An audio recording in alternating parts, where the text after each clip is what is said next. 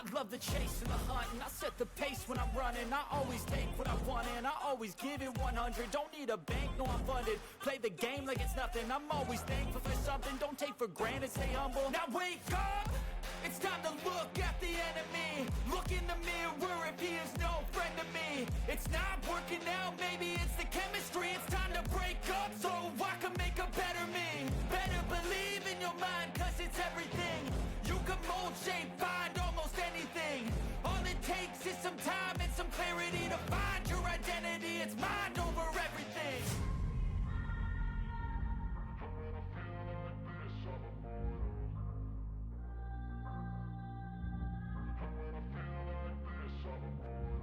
And when I feel like this, I'm immortal. When I feel like this, I'm immortal. When I feel like this, I'm immortal. When I feel like this, I'm immortal. Don't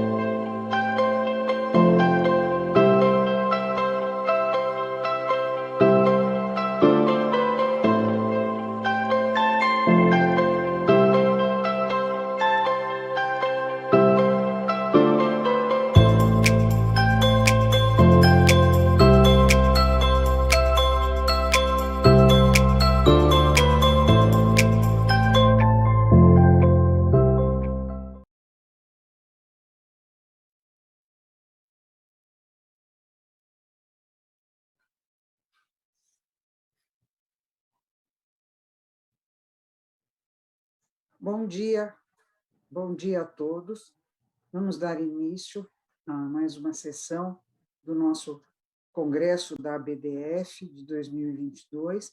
Com grande alegria participo dele, esse é um dos congressos mais relevantes que nós temos no Brasil. E vamos tratar do tema, neste painel, temas pendentes de repercussão geral e recurso repetitivo. São alguns temas importantíssimos que estão na crista da onda, digamos assim, né? Nesta mesa vamos contar com o Dr. Onofre Batista Júnior, Dr. Fábio Martins de Andrade, Dr. Renato Lopes Bech e doutora Daniela Zagari. Então, estaremos todos juntos aqui a partir de agora. O primeiro a se manifestar vai ser o Dr. Fábio Martins de Andrade, que é conselheiro da ABDF e advogado e autor. Doutor Fábio, com a palavra. Estou sem aqui o seu tema. Com a palavra, Fábio. Posso, presidente? Pois, por favor, está com a palavra. Bom dia a todos. Inicialmente, gostaria de agradecer à prestigiosa BDF, essa entidade, essa associação que já há tanto tempo vem fazendo história aí, com excelentes congressos, com excelentes reuniões, com excelentes temas sempre atuais. Gostaria de fazer esse agradecimento tanto ao atual presidente, doutor Heleno Torres, como ao anterior, doutor Gustavo. Obrigado. A presidente de mesa aqui nossa, doutora Elizabeth. Muito grato pela lembrança em mais essa oportunidade. É uma honra e satisfação estar aqui. Eu vou conversar com vocês sobre o tema 885, que diz respeito a saber quais são os efeitos das decisões do STF sobre a coisa julgada formada nas relações tributárias de trato continuado. Se há limitação temporal dos efeitos futuros da coisa julgada na proteção constitucional do artigo 5º, inciso 36 da Constituição Federal, ou não. Isso de acordo com o próprio acórdão de repercussão geral. Aqui especificamente nas ações do sistema difuso. Ao final, pretendo fazer duas provocações, se tiver tempo. Esse tema, o tema 885, ele se difere do tema 733 e do tema 881, embora eles sejam bastante parecidos. O 733 traz a discussão sobre a possibilidade de ser mantida a coisa julgada fundamentada em norma posteriormente declarada inconstitucional, considerada a eficácia ex tunc da decisão. Nesse julgamento, o Supremo decidiu sobre a possibilidade de desconstituição automática e pretérita da coisa julgada pelas sentenças de constitucionalidade ou inconstitucionalidade. E o tema 881, ele traz a discussão sobre os efeitos das decisões do Supremo colhidas em sede de controle concentrado de constitucionalidade, sobre a eficácia futura da coisa julgada nas relações de trato continuado. É bem parecido com o 885, mas no controle concentrado. Então, o foco aqui vai ser o 885, especificamente sobre o sistema difuso. Eu fiz algumas anotações, estou passando aqui para que eu não esqueça de falar nada que eu considero relevante. Houve o ingresso de alguns amici curiae no caso. A Fiesp, que recentemente, em pesquisa, eu não encontrei a defesa dela a respeito do mérito, possivelmente deve ter distribuído memoriais presencial ou no gabinete. O Conselho Federal da OAB, que trouxe toda uma argumentação em torno da relativização da coisa julgada e da necessidade do ajuizamento de ação rescisória. Trouxe a questão específica do parecer 492/2011 e uma violação que teria aí do próprio artigo 5º, inciso 36. E, por fim, propôs a modulação para que a decisão fosse aplicada, se proferida como pretende a Fazenda, fosse aplicada para os fatos geradores ocorridos após o seu trânsito em julgado. Subsidiariamente, que fixasse, se viesse a fixar a tese contrária aos contribuintes, que fixasse afastando da cobrança de multa de ofício. Teve também a manifestação do IAB, Instituto dos Advogados Brasileiros, a qual reiterou alguns argumentos da OAB e trouxe o consequencialismo das decisões judiciais. Eu acompanhei bem essa discussão lá no âmbito da Comissão de Direito Tributário e o acréscimo que, na ocasião, decidimos fazer foi a respeito do consequencialismo das decisões judiciais.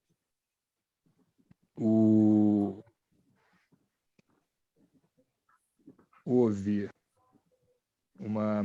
houve uma manifestação da empresa, que é a parte no processo, trazendo de mais relevante, de mais importante, um acórdão específico, no qual é defendido, no qual é explicitada a importância da coisa soberanamente julgada, operada no caso concreto, e um memorial da Procuradoria da Fazenda, que, dentre outras coisas, defende o caráter protocolar da manifestação do Senado prevista no artigo 52, inciso 10. Estou passando bem rápido o cenário, porque imagino que a audiência qualificada que está a par, inclusive tiveram desdobramentos recentes e nos últimos dias a respeito. Não quero cansá-los com um relato ou uma descrição do que está sendo, do que tem sido até agora. Por isso estou passando rápido. No julgamento do tema 885, o relator, ministro Barroso, Roberto Barroso, trouxe o objeto, o que vão analisar, que são as decisões em sede de controle difuso, se cessam os efeitos futuros da coisa julgada ou não, ou se eles quebram o trânsito em julgado de decisões anteriores que consideraram um tributo constitucional ou inconstitucional, ou não. Tiveram algumas matérias sobre isso, o Jota fez uma matéria, todos os veículos, mas a do Jota particularmente ficou bem organizada.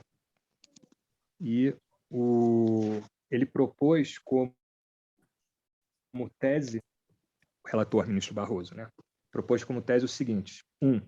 As decisões do STF em controle incidental de constitucionalidade anteriores à instituição do regime de repercussão geral não impactam automaticamente a coisa julgada que se tenha formado, mesmo nas relações jurídicas tributárias de trato sucessivo. 2. Já as decisões proferidas em ação direta ou em sede de repercussão geral interrompem automaticamente os efeitos temporais das sentenças transitadas em julgado nas referidas relações, respeitadas a irretroatividade, a anterioridade anual e a noventena ou a anterioridade nonagesimal, conforme a natureza do tributo. Então, aqui ele faz uma diferença bem clara entre, de um lado, a repercussão, a não existência da repercussão geral, os REs anteriores a esse requisito, e, de outro lado, o que seria o controle difuso barra concentrado, a repercussão geral e barra as ações diretas. O ministro Fachin, no tema 881, não faz essa distinção. O ministro Gilmar Mendes divergiu parcialmente. Para ele, o caso concreto que estava sendo decidido era anterior, apesar de ser anterior à repercussão geral, daria à União o direito de cobrar o imposto em questão, a contribuição em questão, retroativamente lá no período de 2001 a 2003, que é o que está sendo discutido. Então, com isso, o placar ficou 1-1, e depois veio o voto da ministra Rosa Weber, acompanhando o relator, ministro Barroso, o voto do ministro Gilmar, que foi esse que trouxe essa divergência, e, por último, o ministro Dias Toffoli. Ministro Dias Toffoli proferiu o voto, trazendo que o artigo 52 ele continua sendo aplicável, e acompanhando o relator em outros aspectos, e o ministro Alexandre de Moraes pediu vista. Então, esse é a situação que o caso está nesse momento. Eu queria trazer agora duas provocações que eu considero interessantes, que são as seguintes, e aqui eu considero que é o ponto de reflexão que eu queria deixar. Uma é o seguinte: qual é o poder expansivo do RE, do recurso extraordinário? O Supremo, de alguma forma, entende que o artigo 52, inciso 10 da Constituição, que é aquele que fala da possibilidade de suspensão da execução da lei pelo Senado Federal, é para dar publicidade. Isso faria todo sentido se o sistema processual fosse integrado de uma forma em que a decisão do Supremo fosse realmente transcendental e respeitada por todos os órgãos, indistintamente. A partir do momento que você tem a repercussão geral sendo limitada, tendo alcance limitado apenas ao Poder Judiciário, não sei se propriamente dá para dizer que equivale a uma ação direta. A ação direta é um pouco diferente, ela alcança todos os órgãos das administrações, tudo de maneira indistinta, ou pelo menos pretende alcançar, ou pelo menos é suposto que alcance. Então, assim, uma primeira reflexão que merece aqui, que eu acho que seria prévio e que vai determinar a sorte, digamos assim, o destino dessa discussão, é sobre o poder expansivo do RE. Ou bem há uma objetivação do RE e ele passa a valer de alguma forma, ele passa a precisar valer, a ter que valer para todos os órgãos indistintamente, ou fica um mundo de fantasia na qual o Supremo diz que o RE com repercussão geral equivale a uma DIN e ADC, mas só se aplica aos órgãos do Poder Judiciário. Ora, então não equivale. Eu acho que esses pingos nos is o Supremo poderia dar. Esse assunto tá mais do que maduro para que o Supremo adresse e chegue a uma conclusão e que as modificações necessárias sejam feitas, seja legislativamente, seja a partir da jurisprudência, baixando para os tribunais inferiores, seja por regulamentações em cada órgão, mas alguma coisa, órgão do executivo, órgão dos demais poderes. Agora, alguma coisa precisa ser feita. Esse mundo ilusório de que equivale um ao outro, só que um é só para o Poder Judiciário, o outro é para todos os órgãos do poder público, me parece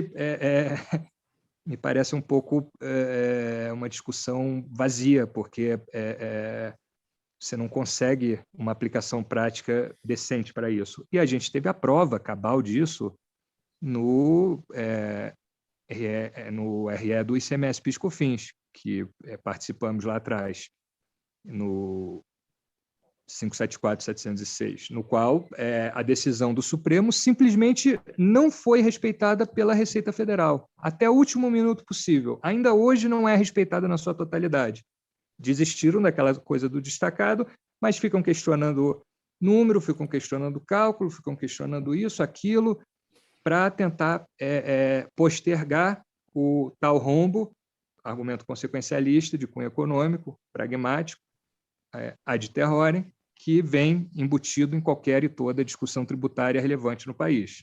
Então, eu acho que antes, em nome de uma maior organicidade do sistema processual brasileiro, seria muito interessante, muito oportuno, muito importante que o Supremo tivesse uma definição clara. E aqui a gente vê que essa definição ela não a gente consegue saber qual é a ideia do Supremo sobre isso, porque já tiveram outros votos, já tiveram outras situações em que isso foi discutido, mas isso não está sacramentado pacificamente, tanto que o ministro Dias Toffoli disse que o artigo 52 ainda continua em aplicação. Então, é importante esse ponto, é fundamental, na realidade, para esse outro sobre o efeito da coisa julgada, na minha opinião. Uma segunda provocação é sobre a modulação temporal dos efeitos.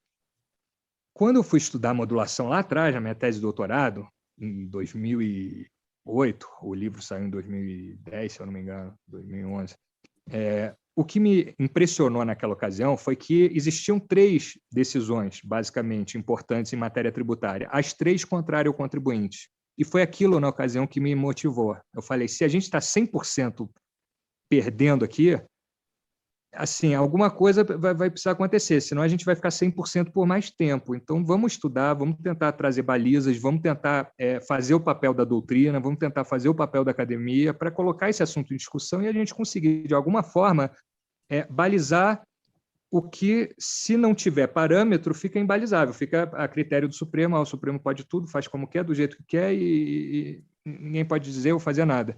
Então, essa foi a intenção naquela ocasião. Me refiro ao IPI alíquota zero, que o mérito foi contrário ao contribuinte, pediu a modulação, não ganhou a modulação. O prazo quinquenal, no lugar de decenal, a decisão foi favorável ao contribuinte no mérito, Fazenda pediu a modulação e, sim, ganhou a modulação. E COFINS e sociedade profissionais regulamentadas, que mérito contrário ao contribuinte, o contribuinte pediu a modulação, não levou a modulação. Então, dos 3 pedidos de modulação, todos foram favoráveis à Fazenda. Então, isso foi o que me motivou naquela época. Naquela ocasião, teve um outro julgamento importante, um pouco depois, que foi o do Fundo Rural, não esse que hoje teve uma reviravolta e mudou. Aquele anterior. Naquele, o pedido de modulação feito pela Fazenda, depois de perder o mérito, não foi concedido. E ali eles estabeleceram parâmetros muito claros, assim, balizas, de que não se poderia varejar, colocar ali no varejo para toda e qualquer situação. Inclusive o ministro Joaquim Barbosa, que nem era muito da matéria tributária, traz uma ponderação interessantíssima, dizendo, olha, em matéria tributária, se a gente vulgarizar isso, daqui a pouco temos que modular em tudo, e não é a intenção, não é o que... Então, assim, a reflexão que eu gostaria de trazer sobre modulação é o seguinte: o Supremo está com uma liberdade muito grande e uma criatividade muito exagerada a respeito de modulação. E isso está acontecendo porque não está havendo um acompanhamento acadêmico, doutrinário, em torno desse assunto. Eu já escrevi alguns livros sobre modulação, acompanho o tema há bastante tempo. Acho que o sistema brasileiro de controle de constitucionalidade é um dos mais ricos e complexos de todo o mundo, se não o mais. É interessantíssimo estudar. Recomendo para qualquer estudante de direito que faça uma monografia em torno de algum ponto relacionado ao controle de constitucionalidade e, por que não, da modulação, algum aspecto específico. Mas a academia especializada, a doutrina especializada, os advogados precisam começar a se dedicar com um pouco mais de rigor científico, com um pouco mais de técnica, com um pouco mais de permanência, de constância ao tema da modulação, porque periga daqui a pouco a gente ter tanta modulação de tanto jeito, tão extravagante, tão extraordinário, que aquela máxima que sempre foi dita e sempre foi conhecida de que no Brasil nem o passado é certo, ela vai virar a regra. E aí... se os senhores e as senhoras acham que hoje a gente vive um momento de instabilidade institucional, que dirá se a gente tiver um passado incerto. Então, queria fazer essa exortação aí aos colegas para que se dediquem um pouco mais a esse assunto aí na medida do interesse e da possibilidade, porque realmente é muito importante e o Supremo anda um pouco sem os parâmetros doutrinários e acadêmicos. E aí, quando isso ocorre, acaba exagerando no ativismo, acaba exagerando no maximalismo, acaba exagerando na possibilidade, no range de possibilidades em torno do tema. Então, essa é a exortação que eu deixo aí para os colegas. Como estamos numa plateia muito qualificada de advogados de empresas, de colegas, deixo aí essa exortação, essa provocação. Tá? Basicamente era o que eu gostaria de falar. Se tiver mais algum questionamento, alguma coisa, estou à disposição. Obrigado. Obrigado, doutor Fábio. Muito interessante a sua colocação e, sem dúvida nenhuma, as duas questões postas pelo senhor são relevantíssimas, né? Vamos ver se nós conseguimos tratar delas ainda neste painel. Eu agora vou passar a palavra ao professor Renato Lopes Becho, que é professor doutor da PUC de São Paulo, é também livre-docente pela USP e é juiz federal. professor Renato, eu acompanho a sua carreira desde o início, eu admiro muito, de um mineiro cuidadoso que sempre se esforçou muito e sempre levou as coisas muito a sério. O professor Renato vai tratar do tema 630, é a inclusão da receita de locação de bens imóveis na base de cálculo do PIS e da COFINS. Eu vou passar, então, a palavra ao professor Renato para tratar desse tema. Professor Renato, por favor. Bom dia a todas e todos. Gostaria de iniciar cumprimentando todos os presentes dessa mesa virtual, na pessoa da minha querida Elizabeth Nazar Carrasa, da Beth. Os que me conhecem pessoalmente sabem que ela é minha mãe acadêmica, né? É uma alegria muito grande para mim, Beth, e é muito bom estar com você nesse momento, ainda que virtualmente, né? Sinto muita saudade dos nossos encontros presenciais e espero muito brevemente poder resgatar esses encontros. Cumprimento o professor Heleno Torres, presidente da BDF, em nome de quem cumprimento toda a equipe da BDF e das empresas que permitem que a gente consiga estar aqui, pelo menos de uma forma online, né? Eu vou falar um pouco sobre o tema, Beth, mas vou procurar fazer uma leitura um pouco mais amplificada e vou me justificar ao longo da minha fala, mas queria registrar também que eu gostaria muito de dialogar com o Dr. Fábio sobre esse instigante tema dele, inclusive as provocações que ele faz quanto à academia e às posições do Supremo Tribunal Federal. Eu acredito que nós estamos precisando de termos mais realismo jurídico no Brasil e acolhermos mais o judiciário como fonte primária do direito, quer gostemos disso, quer não gostemos. Ontem eu falava aqui no Congresso, onde eu estou, em Belo Horizonte, da FIENG, justamente nesse sentido, e eu diria para o Dr. Fábio, né, se no Brasil até o nosso passado é incerto, eu acredito que a nossa doutrina precisa reportar as decisões do Poder Judiciário, notadamente do Supremo Tribunal Federal, como incertas, né? Eu acredito que nós valorizamos academicamente, por exemplo, uma segurança jurídica que não se reflete na realidade. Então, não acho que falta doutrina no Brasil. Eu acho que falta realismo jurídico no Brasil. Falta nós compreendermos como os julgadores decidem e como todos os operadores do direito atuam. Por isso, até que esse meu livro mais recente se chama Ativismo Jurídico em Processo Tributário e não ativismo judicial em processo tributário. Porque quando o Supremo ou qualquer outro julgador decide de uma forma, ele vai estar se apoiando em alguma doutrina, em algumas manifestações advocatícias, quer advocacia pública, quer advocacia privada, outros operadores do direito, como o Ministério Público Federal, né? Então, esse ativismo jurídico em matéria tributária que nós vivenciamos hoje, ele é uma construção coletiva, é uma construção que não é apenas do Supremo Tribunal Federal ou do Superior Tribunal de Justiça, né? Eu acho que nós precisamos, então, ampliar o debate.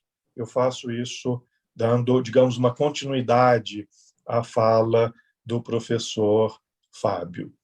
Em relação ao PIS, Beth, o que eu me preparei aqui para dizer, em primeiro lugar, é da insuficiência legislativa do PIS num país de reconhecida inflação legislativa, né? Então, nós somos um país que todos sabem que tem uma profusão de textos legais e textos normativos, e no PIS o legislador acabou sendo muito econômico, o que fez com que criasse um espaço propício para o casuísmo judicial, né? Então, hoje nós temos as normas específicas do PIS que saíram da mão do legislador e foram para a mão do Poder Judiciário.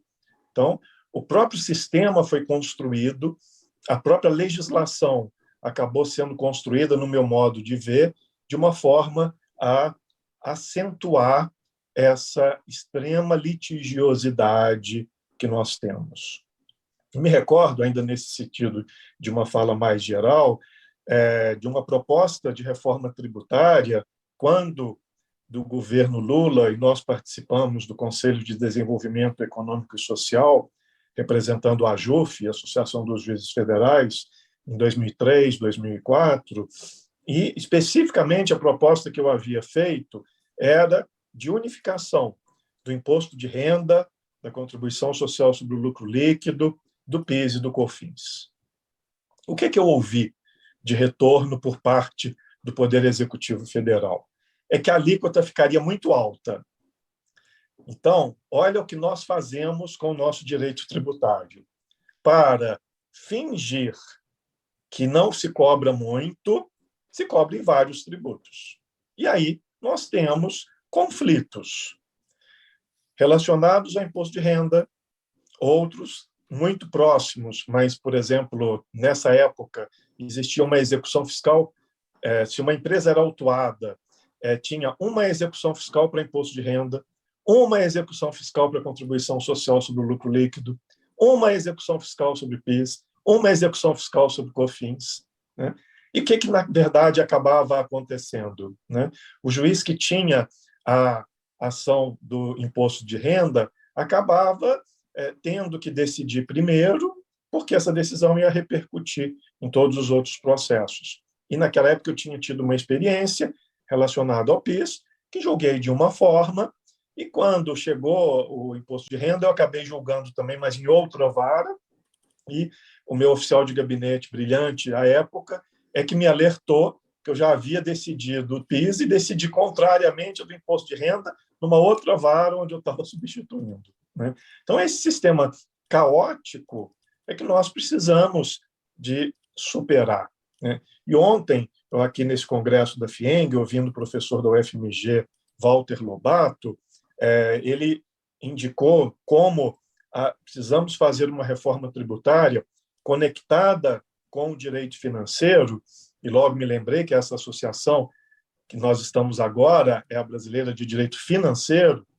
discutindo questões tributárias. Então, precisamos fazer essa ligação mais clara novamente, né? E realizarmos pelo menos uma unificação desses 4 tributos, que vai precisar de ter os seus reflexos também do direito financeiro, pela repartição de rendas e etc., né? Mas eu acho que nós deveríamos começar uma reforma tributária não discutindo a nossa federação, porque fica pesada demais a discussão.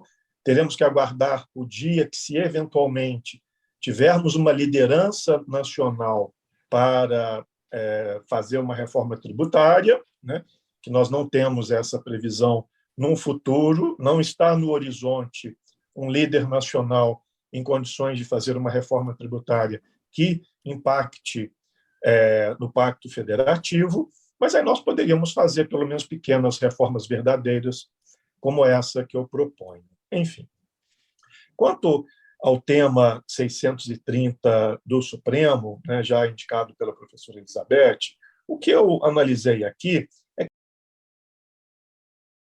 existem muito bons argumentos de ambos os lados, como na maioria das vezes vai acabar acontecendo. Tanto a advocacia pública quanto a advocacia privada constroem seus elementos de convicção, seus elementos para motivar as teses do Poder Judiciário, né? Que não cabe a mim, nesse momento, me filiar a alguma delas. Eu acho que isso é de valia muito pequena. O que eu gostaria de trabalhar dentro desse contexto, né, é a impossibilidade de nós prevermos qual será a solução para esse tema 630 e para todos os demais, né? Entretanto, quem estuda o realismo jurídico, notadamente o realismo jurídico norte-americano, onde existem mais regras jurídicas legisladas do que o realismo jurídico anglo-saxão, né? Porém, em direito tributário, os britânicos legislam muito no parlamento, né? E essas decisões que o doutor Fábio mencionou de coisa julgada, da inconstitucionalidade futura da coisa julgada, né? Ou da flexibilização da coisa julgada, na Inglaterra, na verdade, não aconteceria. Na verdade, no Reino Unido, não aconteceria. Por quê? Porque, anualmente, o parlamento britânico edita uma imensa lei tributária, que é uma lei para todos os tributos, e como lá eles têm uma autoridade administrativa tributária para os 4 países, para a Inglaterra, para o país de Gales, para a Irlanda do Norte e para a Escócia, sendo que os 2 primeiros, Inglaterra e País de Gales, são do sistema do Common Law, e Irlanda do Norte e Escócia são de Civil Law.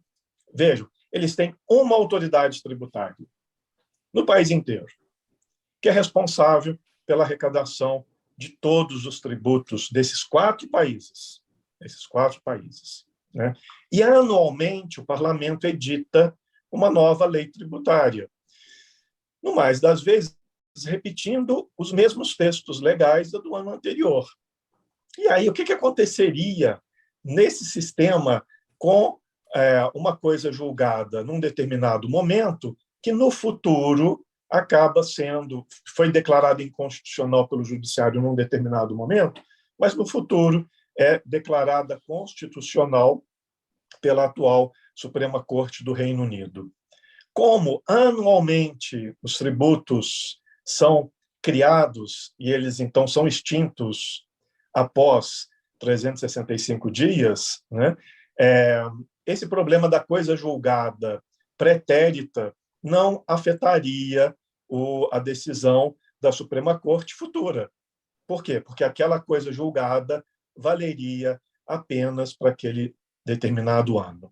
Eu sei que isso teria reflexos também nos tributos de trato sucessivo, né? Entretanto, eles têm um mecanismo próprio e a litigiosidade tributária britânica é infinitamente menor do que a brasileira. Eles resolvem, no mais das vezes, as questões tributárias na esfera administrativa ou nos juizados, né, como eles chamam de tribunals. Então, reforçando o ponto, se nós olharmos mais para a doutrina do realismo jurídico, nós vamos conhecer, por exemplo, Richard Posner, um juiz norte-americano que se aposentou no Tribunal de Apelação, Tribunal Federal de Apelação, né, um Circuit Court, mais ou menos recentemente, acho que há uns 2 anos, né, identificar alguns aspectos que podem ser considerados por nós no Brasil. Um deles, como estará a relação entre o relator do Supremo, desse julgado, no caso o ministro Fux, com os seus pares, né? Isso é, muitas vezes, essencial para a solução de uma lide, né? Segundo, como estarão os conflitos interinstitucionais no momento do julgamento? Digo isso, ainda que, em termos tributários, o Supremo Tribunal Federal tenha, no mais das vezes, evitado ser contaminado por essas influências institucionais, só que, por ver, a história demonstra, eu me recordo, Beth, com votos do ministro Carlos Veloso, quando de uma ampliação da contribuição previdenciária de servidores públicos, que ele trouxe o caso concreto do que ele estava vivenciando naquele momento, estão dizendo quanto ele pagava do consórcio do carro que ele tinha acabado de comprar, esse consórcio, e que ele, se tivesse que pagar aquela contribuição, ele provavelmente teria que perder o consórcio, porque ele estava ali no limite do equilíbrio financeiro dele. Veja bem, isso é um tipo de coisa, de aspecto, que a doutrina brasileira não reconhece. Diz que isso é sociologia jurídica, diz que isso é política judiciária. Sim, mas se nós continuarmos sendo keynesianos, imaginando que os juízes vão se portar como cientistas, vão se vestir de branco, vão colocar luvas, vão colocar máscaras, como se fossem para manipular exames de sangue para verificar se tem o Covid ou não, se nós continuarmos com essa postura, nós jamais vamos conseguir dialogar, nós da academia, com o Poder Judiciário, para levar elementos para os julgadores com os reflexos do que eles estão julgando. Nós temos um consequencialismo muito elementar, muito básico. Só esse da lei orçamentária, né, dos impactos orçamentários. Acho que a partir do momento que nós acolhermos os elementos que impactam numa decisão judicial, nós teremos condições de aproximar novamente o poder judiciário e o poder e a academia, né? Enfim, um aspecto outro aqui relevante para mim é quando será julgado esse caso. E eu verifiquei que ele estava na pauta de julgamento, mas ele foi excluído no dia 9 de dezembro de 2021. Né? Quando ele retornará à pauta de julgamento, vai depender de muitas ações, né? A começar pelas ações eleitorais e as ações de cunho institucional, porque nós não estamos vivendo uma época de estabilidade institucional. E uma ação como essa, eu imagino que só vai ser levada em julgamento em que os ministros do Supremo tiverem tranquilidade para fazê-lo, porque não é uma ação de grande repercussão. Minha querida Beth, eram essas as considerações que eu queria trazer para essa reflexão e, no que for possível, conciliar aqui as atividades, porque o mundo online acaba nos oferecendo vantagens, mas cobrando um preço, né? Se hoje nós podemos estar em 2 congressos simultaneamente e no fórum, isso acaba, que é o meu caso, né? Isso acaba cobrando um preço muito alto de todos nós, que é o de perdermos o foco e perdermos, muitas vezes, uma participação mais profunda. Mas, nos limites aqui das minhas possibilidades, eu me coloco à disposição das senhoras e dos senhores congressistas, bem como dos colegas que me honram aí na companhia dessa mesa, e lhe devolvo a palavra, Beth. Muito obrigado. Muito obrigado, Renato. Você sempre muito preciso e sempre muito interessante ouvir suas ponderações, o seu crescimento no direito tributário e as linhas que você indica, os caminhos que você indica, são sempre muito relevantes. Tá? Muito obrigado, Renato. Eu agora vou passar a palavra, como nós havíamos combinado, à doutora Daniela Zagari. Doutora Daniela é sócia advogada do escritório e é mestre em Direito Processual pela Faculdade de São Paulo, pela Universidade. Então tá. O tema que ela vai tratar é o 843, exclusão do ICMS da base de cálculo do PIS e da COFINS. Um tema interessantíssimo, né, que foi recentemente decidido, depois de anos e anos de discussão, né, nos tribunais. Agora vamos ver, doutora Daniela, o que pode nos oferecer. Obrigada. Obrigada. Bom dia a todos e a todas. Eu também gostaria, de, em primeiro lugar, agradecer à BDF, em nome do seu presidente, Heleno Torres, também agradecer aqui a participação no painel, cumprimentar a doutora Beth Carrasa, os meus colegas aqui presentes, doutor Renato Becho, doutor Fábio Martins, doutor Onofre Alves Batista Júnior. Esse tema, só um comentário antes, assim, muita reflexão, me gera muitas reflexões, as ponderações que foram feitas pelo doutor Fábio, posteriormente pelo doutor Renato, realmente esses temas são riquíssimos, né, do âmbito de interpretação do Poder Judiciário, as influências da sociologia, enfim, da filosofia do direito, da própria posição, né, institucional e dos juízes como seres ali vivendo em sociedade, que não se acabam sendo também influenciados por uma série de outros fatores que não aqueles exclusivos do direito positivo. Essa questão dos limites da coisa julgada, os limites objetivos da coisa julgada nas relações continuativas de fato, muito, muito rico, muito interessante. Se houver depois algum tempo hábil, eu gostaria também de fazer algumas ponderações. Mas, vindo ao meu tema, na realidade, professora Beth, é só um esclarecimento, não é eu vou falar não sobre o caso que foi julgado do ICMS na base de cálculo do PIS e da COFINS, embora haja uma semelhança muito grande. O tema que eu vou falar é sobre a não inclusão, a tributação do PIS e da COFINS sobre os créditos presumidos de ICMS, que é o tema 843, que ele guarda muita relação com esse tema que foi julgado, mas ele tem algumas peculiaridades. Esse tema, essa repercussão geral, ela foi reconhecida em 2015 pelo Supremo Tribunal Federal, e, na realidade, já era uma discussão que vinha acontecendo nos tribunais, na jurisprudência em geral, em primeira instância, em segunda instância, e especialmente no STJ. O STJ já havia, e como vem até hoje, se manifestando sobre esse tema, já há precedentes desde 2008, salvo engano, no sentido de que não deve incidir o PIS e a COFINS sobre créditos presumidos de ICMS.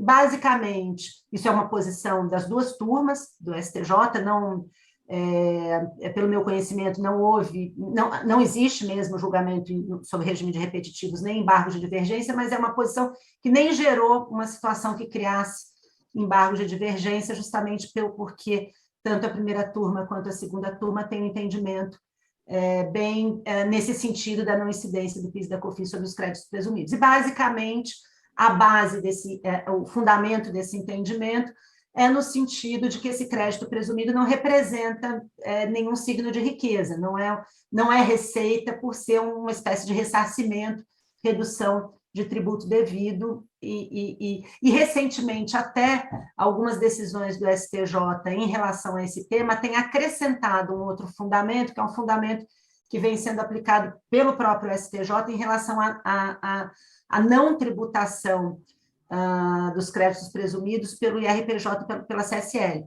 Em relação ao imposto de renda e à contribuição social sobre o lucro, o Superior Tribunal de Justiça tem o entendimento de que também não pode haver a tributação, mas sob fundamento de que isso seria uma invasão de competência da União num tributo que é de competência do Estado.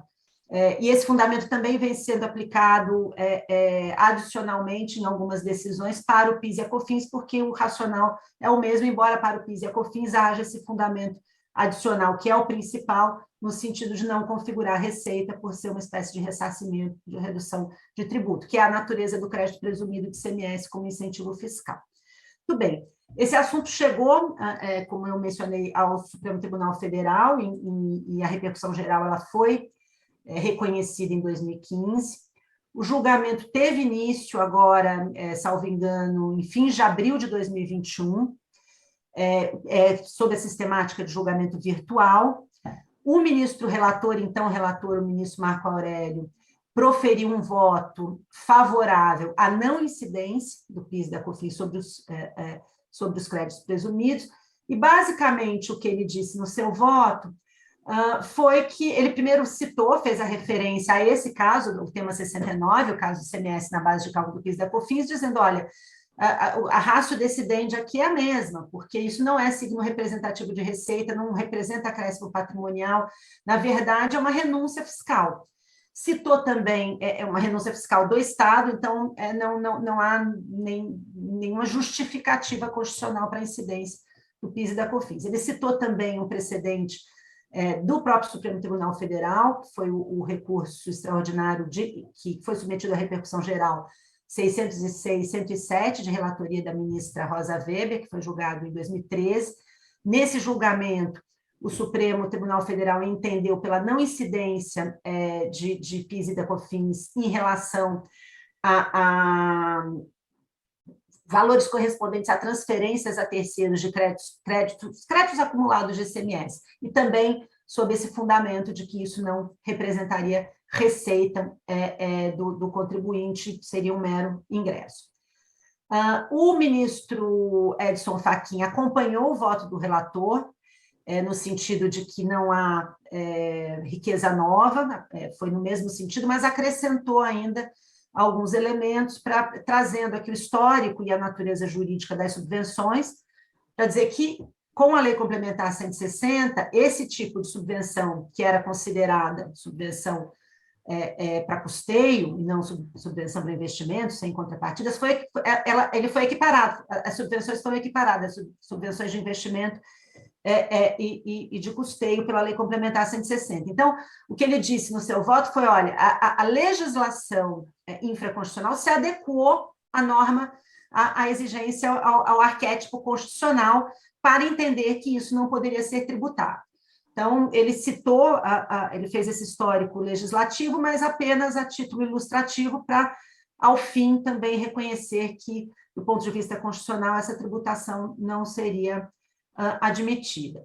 Abriu a divergência o ministro Alexandre de Moraes, foi o ministro Alexandre de Moraes abriu a divergência, entendeu que, na realidade, a questão toda em debate é saber se esses benefícios fiscais estaduais ferem a competência tributária da União, entendeu que não, que a legislação federal, as leis 10.637 e 10.833, estabeleceram especificamente, expressamente, quais são as hipóteses de não incidência do PIS e da COFINS, e não há nenhuma menção a crédito presumido, e que não há, que na realidade seria o contrário, quer dizer, não admitir a tributação haveria violação, seria admitir a violação ao Pacto Federativo, porque essa norma constitucional, artigo 151, inciso 3º da Constituição, deve ser interpretada como uma via de mão dupla. Ela diz expressamente na literalidade que a União não pode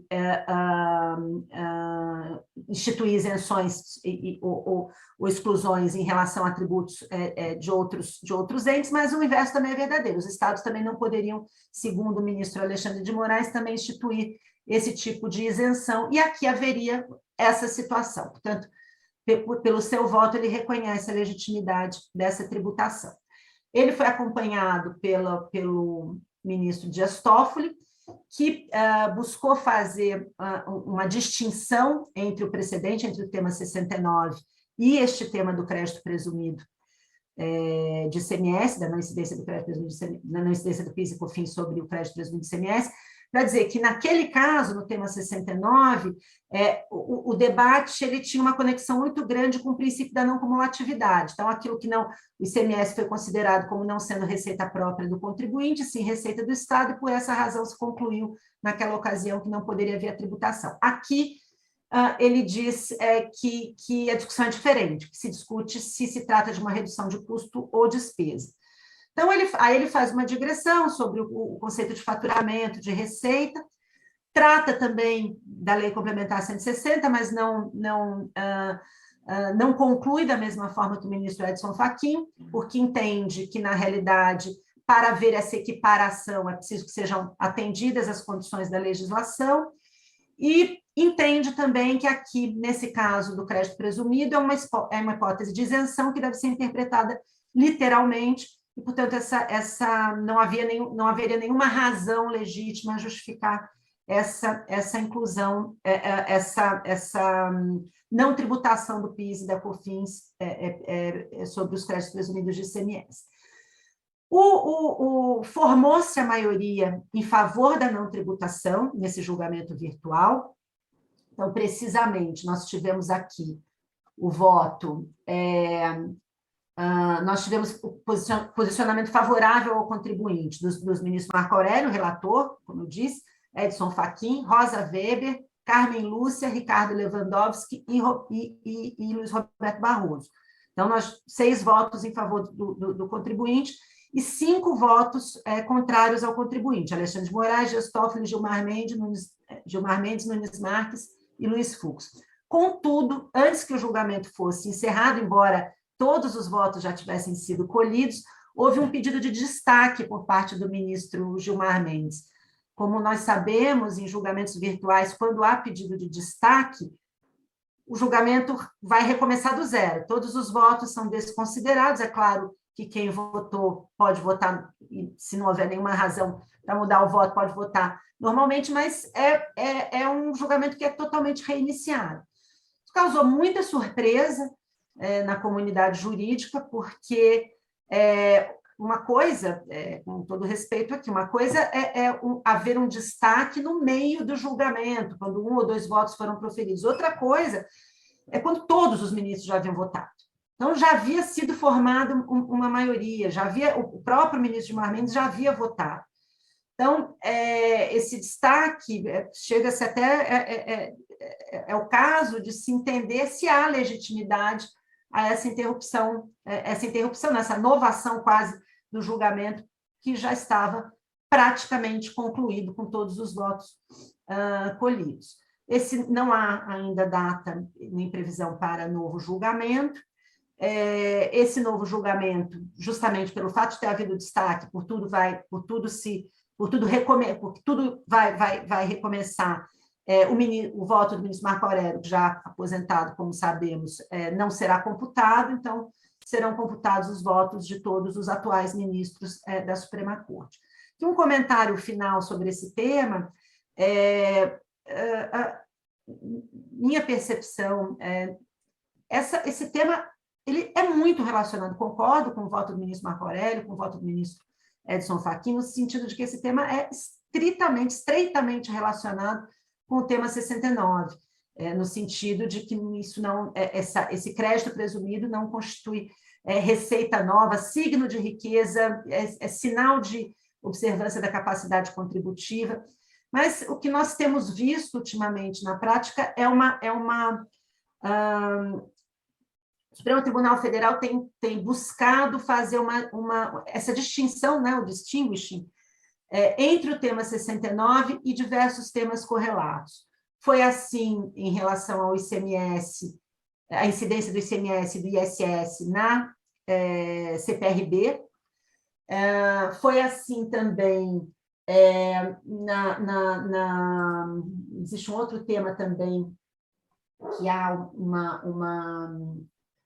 assim também, como ainda está em julgamento, o ISS e o ICMS na CPRB já foi julgado, esses 2 temas de repercussão geral já foram julgados, e ali o entendimento foi que não se poderia associar com o tema 69 por se tratar a CPRB de um benefício fiscal, então o conceito seria diferente no entendimento do Supremo, e a gente sabe também que teve início o julgamento da incidência do ISS na base de cálculo do PIS e da COFINS, que foi, também houve um pedido de destaque, então o julgamento vai ser reiniciado, e quando, até o momento do destaque, havia 4 votos favoráveis ao contribuinte, todos os votos favoráveis ao contribuinte faziam uma conexão com o tema 69, e todos os votos desfavoráveis ao contribuinte buscaram fazer uma distinção para dizer que o ISS tem uma natureza diferente do ICMS, o ICMS é não cumulativo, prevê um repasse ao tributo indireto com um repasse jurídico já previsto, e para o ISS não se aplicariam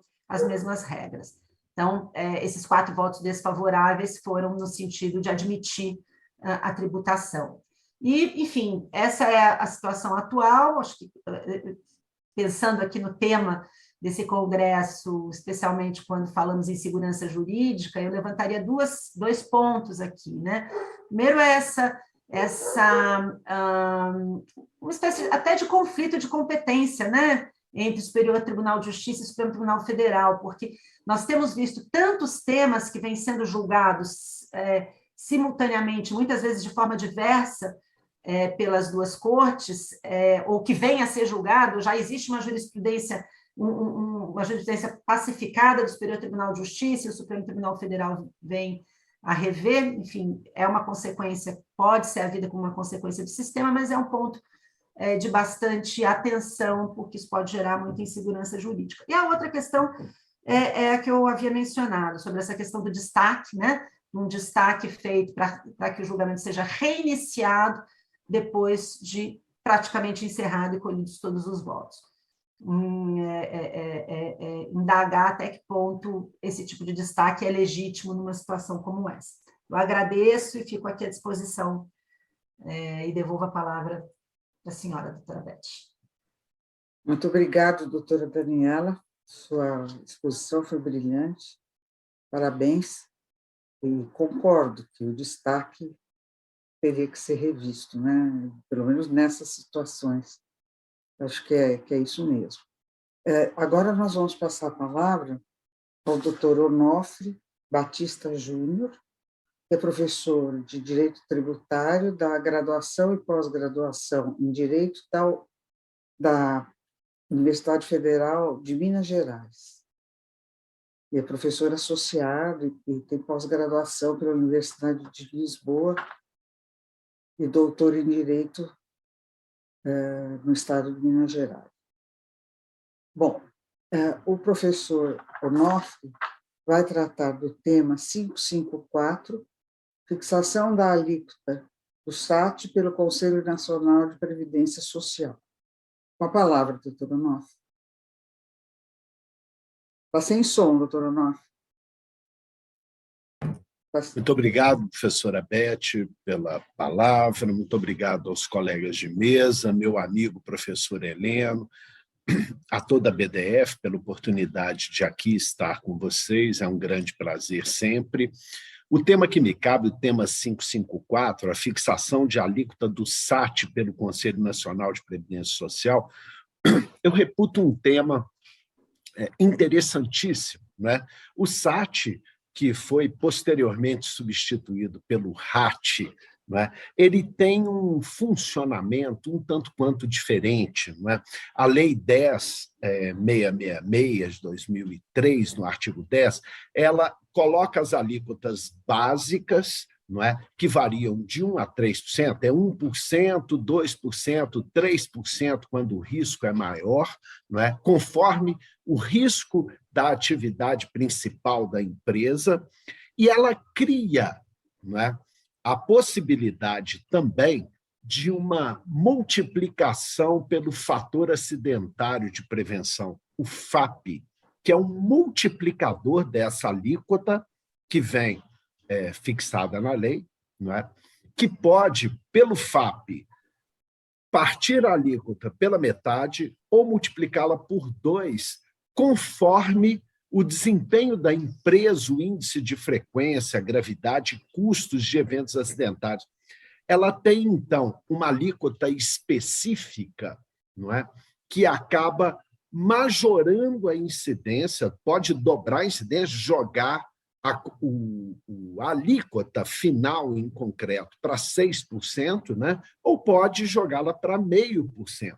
Então, o RAT, ou o SAT, no caso, que foi julgado, né, conforme a atividade preponderante e o grau de risco, que pode ser leve, 1%, médio, 2%, grave, 3%, não é?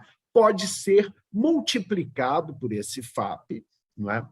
Que, na realidade, considera a situação concreta do contribuinte relativa aos demais no mesmo segmento, para se chegar à incidência final. E isso foi questionado, não é? Isso vai ao Supremo com o questionamento de que se estaria, assim, delegando para decreto, jogando para decreto a fixação, né? Da incidência final. Na verdade, alega-se que foi jogado ao Conselho Nacional de Previdência Social, porque ele faz a verificação em concreto, né? O julgado do Supremo, eu já adianto, né, deu unanimemente pela constitucionalidade dessa suposta delegação, desses critérios de redução ou majoração da alíquota em concreto, não é? E uma alegação de que o FAP, esse multiplicador, não integra o conceito de alíquota e ele é externo à relação jurídica tributária. O leading case, o RE 677725, não é, foi avaliado, não é, sobre o tema 554, que questionou, como eu disse, não é, a metodologia de aferição do FAP, não é? Esse multiplicador, hoje, dos riscos ambientais do trabalho, do RAT, antigo SAT. Não é? E o tema 554, então, ele vai questionar essa fixação de alíquota à contribuição do SAT pelo Conselho Nacional. Bom, a decisão, ela afasta, em primeiro lugar, a violação à irretroatividade e a legalidade tributária. A legalidade tributária, porque alega-se que a lei fala, conforme o FAP apurado foi um conceito jurídico indeterminado, como disseram alguns, um conceito aberto que jogou toda a determinação para a resolução do CNPS. Não é? E alegou-se que ofendia o princípio da irretroatividade, por uma razão muito simples. No cálculo em concreto, pegam-se 2 anos para trás que foram tomados como fator de aferição, aí dá 1 ano e começa a viger no outro.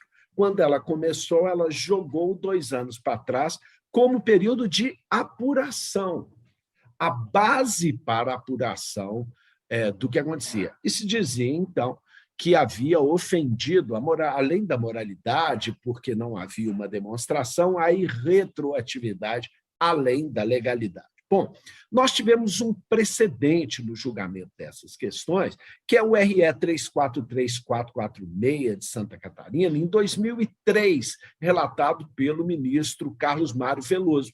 Na ocasião, se questionava o fato do artigo 22.2 da 8.212 remeter também para regulamento ou para verificação também da Previdência, não é? O conceito de atividade preponderante e o grau de risco leve, médio e grave, que seriam, segundo se questionou na ocasião, também uma delegação do poder de tributar. Não é? E o ministro Carlos Veloso, na ocasião, disse que todos os elementos para fazer nascer a obrigação tributária válida estavam ali presentes, que a base de cálculo e a alíquota estavam estabelecidas em lei. Apenas a aplicação da lei, no caso concreto, com aferição de dados e elementos que não estava, que era feita pelo Instituto à luz dos padrões e dos parâmetros postos à exaustão na lei, segundo o ministro. Não é?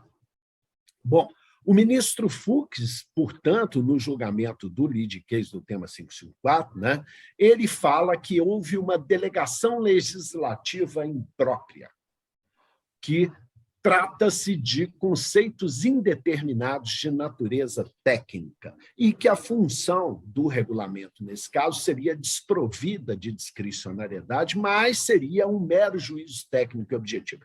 Na verdade, nós já estamos assistindo a essa confusão no Supremo Tribunal Federal há muito tempo, não é? Em julgamento e na doutrina também.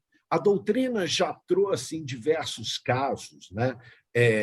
Diversos autores trouxeram de que o direito tributário abriu mão do princípio da legalidade substancial.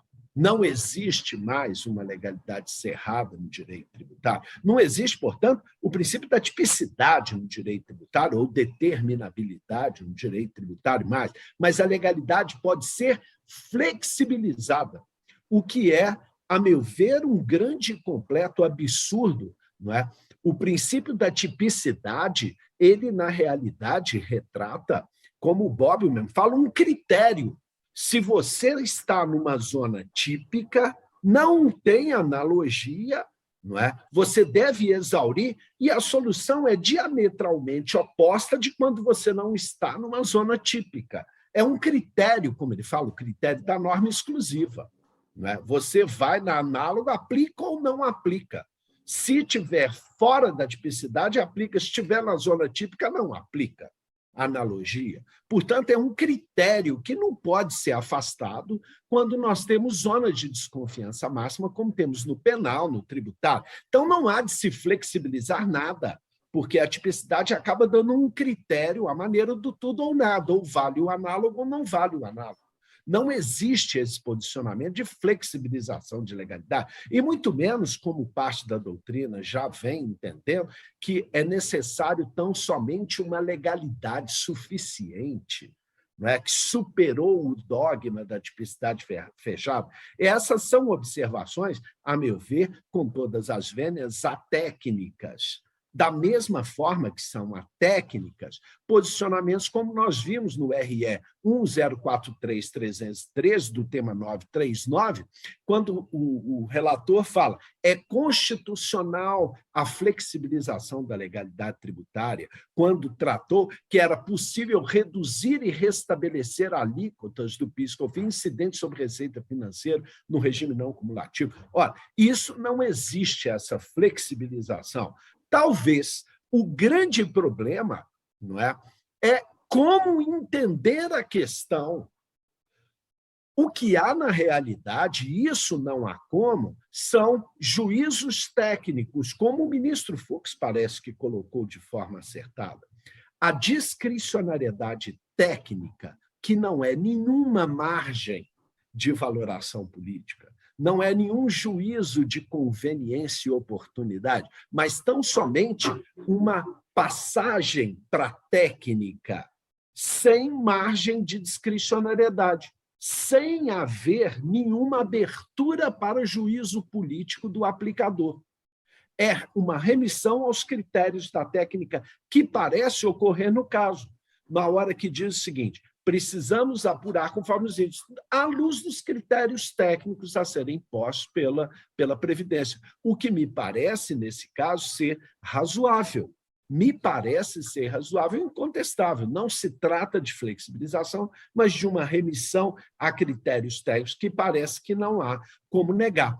Uma parte do julgado diz que o FAP não integra o conceito de alíquota, ele é um multiplicador, segundo o julgado, né, no caso concreto, externo à relação jurídica tributária. O que me pareceu também, apesar, como eu disse, da tecnia de várias posições, uma questão meio incontestável, porque o multiplicador FAP, ele é norma geral e abstrata, está sim na hipótese de incidência. Veja, ele não é externo. O multiplicador está na lei da hipótese de incidência, mas remete para um juízo técnico a verificação concreta para aplicação do multiplicador. O que me parece uma questão possível, constitucional, mas nada a ver com a forma como os julgadores conduziram. O que há na realidade, não há, na realidade, é a abertura de juízo político de conveniência e oportunidade, para que o multiplicador se adeque à função extrafiscal de prevenção de acidentes nos casos concretos. Esse é o posicionamento que me parece mais técnico. Eu lembro, esse RE foi julgado junto com a DI 4397, né, foi julgado em conjunto, em julgamento virtual, de 29/10/2021 a 10/11/2021, e nessa DI 4397, essa sobre a relatoria do ministro Dias Toffoli, essas mesmas questões ressuscitaram e viram, dizendo que não era, mas aqui os argumentos foram esse da possibilidade de flexibilização da legalidade, que me parece um grande absurdo e uma grande atecnia, não é?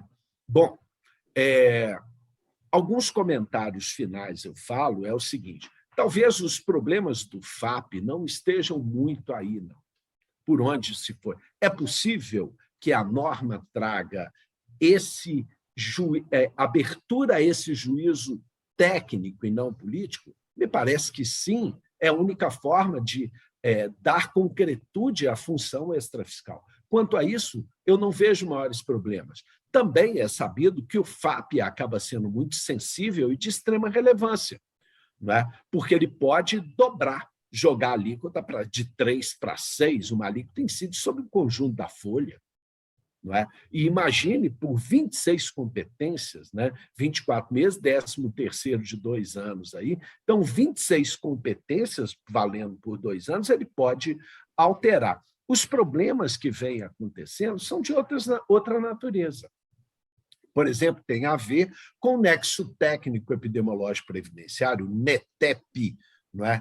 que foi julgado pelo Supremo na ADI 3931, onde o Supremo reconheceu a possibilidade de presunção desse nexo entre determinadas atividades e agravos à saúde, não é? Dizendo que essa presunção pode ser posta, não há problema nenhum, os médicos responsáveis pelas perícias não são lesados, é possível a norma técnica e a legislação tributária estabelecer essas presunções e tudo, mas, por outro lado, não é?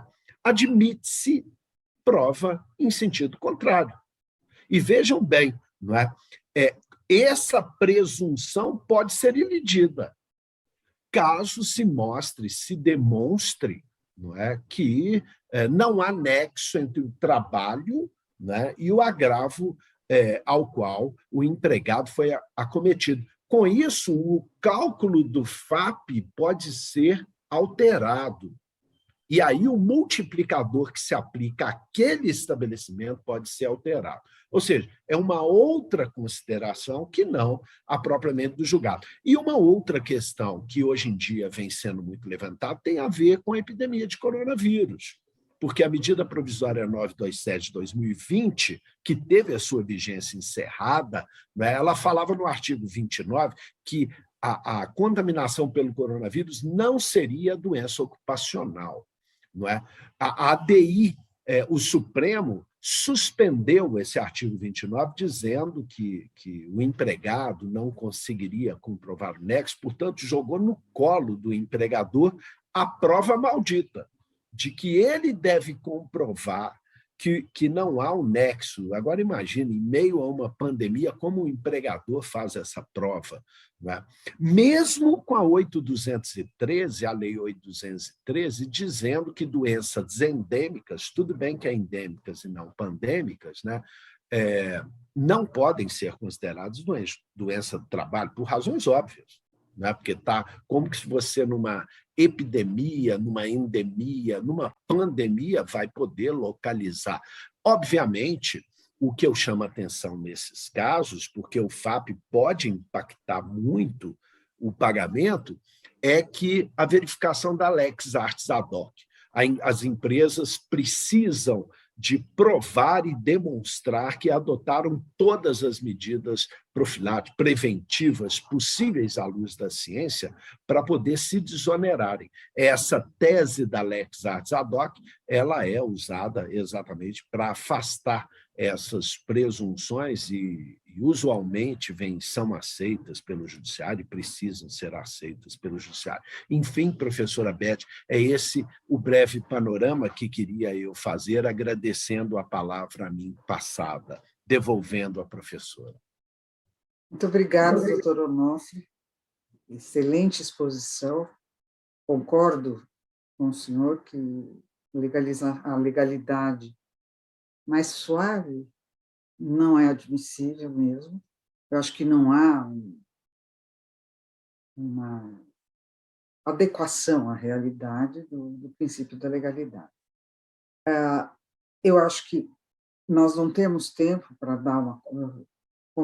continuar com o nosso painel, que o nosso painel já está se encerrando. Eu agradeço a participação da doutora Daniela, doutor Renato Becho, doutor Fábio Martim de Andrade e Dr. Onofre Batista Júnior. Agradeço também e cumprimento o Dr. Heleno Torres, presidente da BDF, pelo evento que nós estamos vivendo agora, e agradeço a toda a equipe técnica também que nos propiciou este painel. Eu confesso a vocês que sempre fico aflita quando lido com a internet, apesar de ter dado aula 2 anos online, mas, enfim, acho que nós conseguimos um resultado bom. Eu me despeço de todos, então, e vou considerar encerrados os trabalhos do nosso painel. Parabéns aos painelistas, foram todos brilhantes. Até logo.